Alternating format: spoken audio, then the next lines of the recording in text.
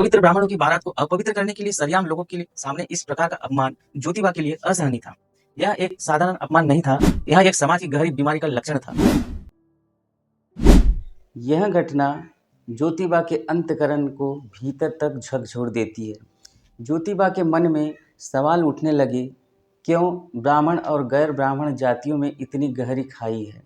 उन्होंने तुलना की कि जहाँ एक ओर हिंदू समाज में यह दमनकारी व्यवस्थाएं हैं, वहीं ईसाई समाज में मानवता, मानव सेवा भाव और समानता की भावना देखी जाती है। यहाँ छुआछूत का नामो निशान तक नहीं है। उन्होंने सोचा कि काश यही भाव हमारे धर्म में भी होता। यही वो क्षण था जब उनके भीतर क्रांति की चिंगारी भड़क उठी और वे जानते थे कि परिवर्तन का एकमात्र हथियार है शिक्षा। उन्होंने ठान लिया कि अगर ब्राह्मणों ने शिक्षा के द्वार बंद कर रखे हैं तो वे दलित पीड़ित समाज के लिए शिक्षा का नया द्वार जरूर खोलेंगे। अगर शासन साथ नहीं देता है तो वह खुद अवसर गढ़ेंगे। उनकी नस नस में बगावत की बिजली दौड़ने लगी। यही वह मोड़ था जिसने उन्हें एक महान समाज सुधारक, क्रांतिकारी विचारक और दलितों के महान मसीहा के रूप में गढ़ा था। पुणे शहर में उस समय हालात ऐसे थे कि अगर कोई अछूत सड़क पर निकलता तो उसे अपनी पीठ पर पत्तियों की झाड़ू बांधनी पड़ती थी, ताकि जब वह चले तो उसके पीछे की जमीन अपने आप साफ होती जाए। गले में एक बर्तन लटकाना जरूरी होता था ताकि कहीं गलती से सड़क पर थूक न पड़ जाए और सड़क अपवित्र न हो जाए। और जब वह चलते थे तो जोर जोर से आवाज लगाकर लोगों को आगाह करते थे, जैसे कि वह कह रहे हो, हटो हटो, एक अछूत आ रहा है। उस समय के ब्राह्मणों का मानना था कि इससे उनका पवित्र वातावरण दूषित नहीं होगा। एक बार अपने आप को इस सिचुएशन में जरा रख कर देखिए और सोचिए, उस समय निम्न जाति के लोगों को इंसान की तरह नहीं समझा जाता था, जैसे वे चलते फिरते अपराध की तरह देखे जाते थे। इतना ही नहीं, ऊंची जाति के कुएं और हौज तक के पानी और अछूतों के लिए नहीं थे। नतीजा यह था कि वे गंदा पानी पीने के लिए मजबूर रहते थे और इसी कारण से उन्हें तरह तरह की बीमारियां होती थी और यह बीमारियों के शिकार होते जा रहे थे। लेकिन महात्मा ज्योतिबा फुले इस अमानवीय अत्याचार के लिए चुप कैसे रह सकते थे। साल था 1849, जब उन्होंने अपने घर पर पानी का हौज अछूतों के लिए खोल दिया था। दोस्तों, यह सिर्फ पानी का हौज नहीं था, यह भी मानवता की पहली लहर, बराबरी की पहली बूंद। लेकिन समाज के ठेकेदारों को यह बर्दाश्त कहाँ तक होता। ऊंची जाति के लोग और घर के रिश्तेदार उनके पिता पर यह दबाव डालने लगे। उन्हें गुस्सा आने लगा और उन्होंने गुस्से में आकर ज्योतिराव और सावित्रीबाई जी को, उन दोनों को घर से निकाल दिया। घर से निकाले जाने और समाज से बहिष्कार होने का उन्हें रत्ती भर भी दुख नहीं हुआ, क्योंकि उनके लिए लड़ाई व्यक्तिगत नहीं थी। यह लड़ाई थी सदियों की बेड़ियों को तोड़ने की। उनकी नसों में अब एक ही आवाज गूंज रही थी, कोई भी इंसान अपवित्र नहीं होता। अपवित्र होती है तो उसकी सोच, जो इंसान को इंसान नहीं समझती। अछूतों के प्रति भेदभाव को खत्म करने का तो यह उनका एक छोटा सा प्रयास था। लेकिन दोस्तों, लगभग इसी समय ज्योतिराव ने महिला शिक्षा क्रांति का भी बीजारोपण कर दिया था। थॉमस पेन की किताब द राइट्स ऑफ मैन ने फुले को गहराई से प्रभावित किया था। उन्होंने ठान लिया था कि समाज की बुराइयों का इलाज सिर्फ एक शिक्षा है, खासकर महिलाओं और निचली जातियों के लिए। अब उनके मन में सवाल आ रहा होगा कि ऐसा क्यों। देखिए, उनका मानना था कि माताएं जो संस्कार बच्चों पर डालती है, उसी में उन बच्चों के भविष्य के बीज होते हैं। इसीलिए लड़कियों को शिक्षित करना बेहद जरूरी है। इसी सोच के तहत उन्होंने सबसे पहले अपनी पत्नी सावित्रीबाई को पढ़ाना शुरू किया और तभी एक ऐसी घटना घटित हुई जिससे ज्योतिबा फुले का एक बड़ा सपना साकार हो गया। जब ज्योतिबा फुले की उम्र महज 20 साल की रही होगी, तब अहमदनगर में उनकी मुलाकात हुई अपने जज मित्र गोविंद से। साथ में भी एक अमेरिकन ईसाई पादरी महिला सिंथिया फर्रार। इनका एक मिशनरी स्कूल चलता था। इसी को देखकर ज्योतिबा ने ठान लिया कि जो शिक्षा का बीजारोपण वहाँ हो रहा है वहाँ पुणे में भी करके दिखाएंगे। इसी जुनून ने 1 जनवरी 1848 को पहला स्कूल पुणे में स्थित तात्या साहेब भिंडे की हवेली में खोला और दलित महिलाओं की शिक्षा का बीड़ा उठाया।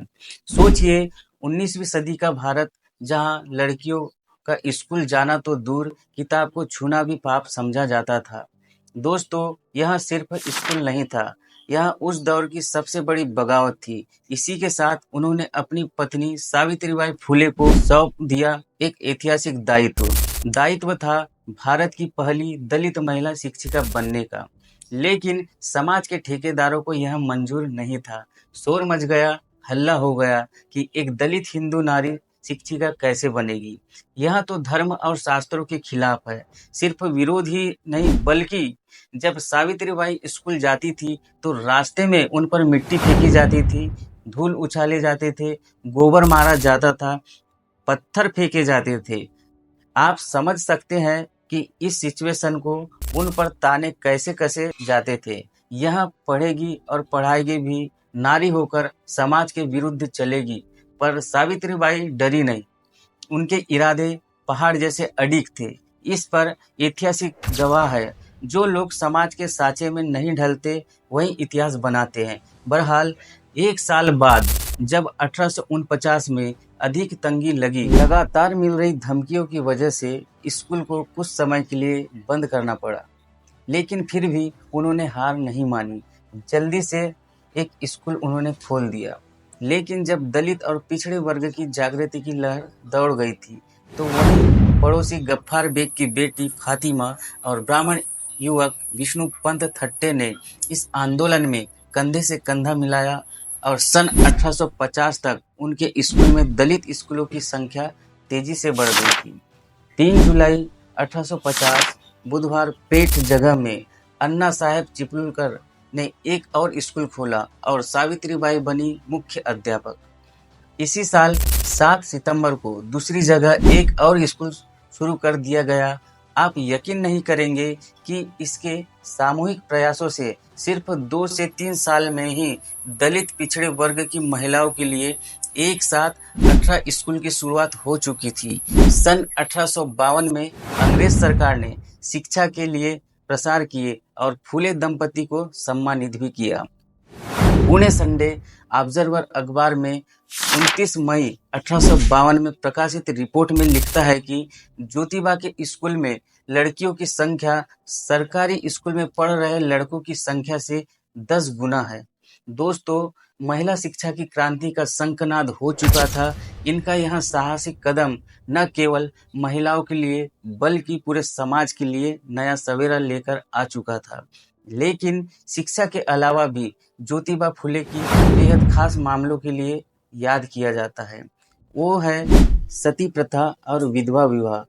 दोस्तों, आप लोगों को यह जरूर पता होगा कि बंगाल में समाज सुधारक राजा राम मोहन राय ने सती प्रथा को खत्म करने के लिए एक एड़ी चोटी का जोड़ लगा दिया था।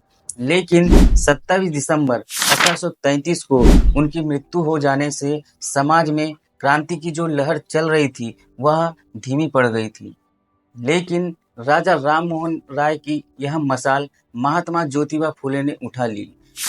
उन्होंने पुणे में सती प्रथा के विरुद्ध मोर्चा खोल दिया और सिर्फ सती प्रथा ही नहीं बल्कि विधवाओं के लिए विवाह की भी सामाजिक स्वीकृति दिलाने का बड़ा बीड़ा उठाया।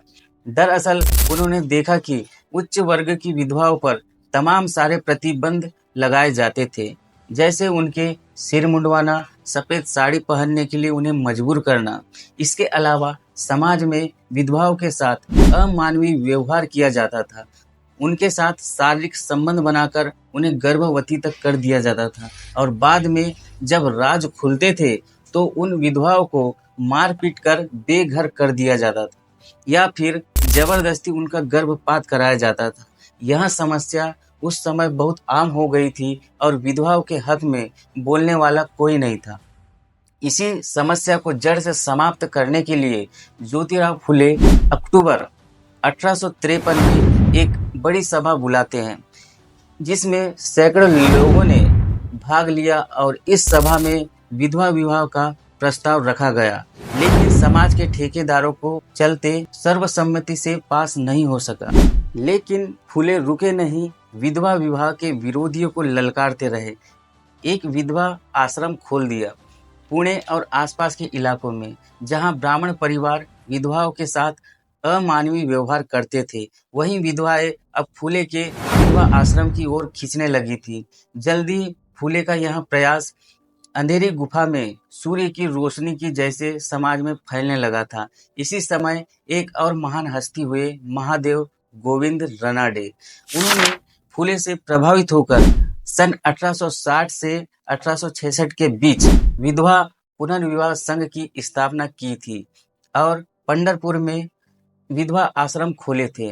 विधवा विवाह के लिए प्रयास चलते ही रहे थे, लेकिन दोस्तों फुले महिलाओं को हर तरीके से सशक्त बनाना चाहते थे, क्योंकि ये वो समय था जब लड़कियों को बेहद कम उम्र में शादी करने के लिए मजबूर किया जाता था। कई बार कई कारणों से कम उम्र में ही लड़कियां विधवा बन जाती थी और अगर यह गर्भवती होती थी तो मजबूरी में नवजात बच्चों की हत्या कर दी जाती थी। ऐसे मामले उस समय काफी ज्यादा देखने को मिल रहे थे। इसलिए उन्होंने 1863 में बाल हत्या प्रतिबंध गृह की स्थापना की, ताकि मजबूर औरतें और नवजात बच्चों की हत्या न हो सके। इसी समय उन्होंने काफी साहसिक कदम भी उठाया। उन्होंने काशीबाई नामक एक गर्भवती ब्राह्मणी विधवा को सहारा दिया और अपने ही घर में प्रसव की सुविधा भी उपलब्ध कराई। अभी के लिए बस इतना ही। आगे की जानकारी आपको पार्ट 3 दी जाएगी। तब तक के लिए धन्यवाद।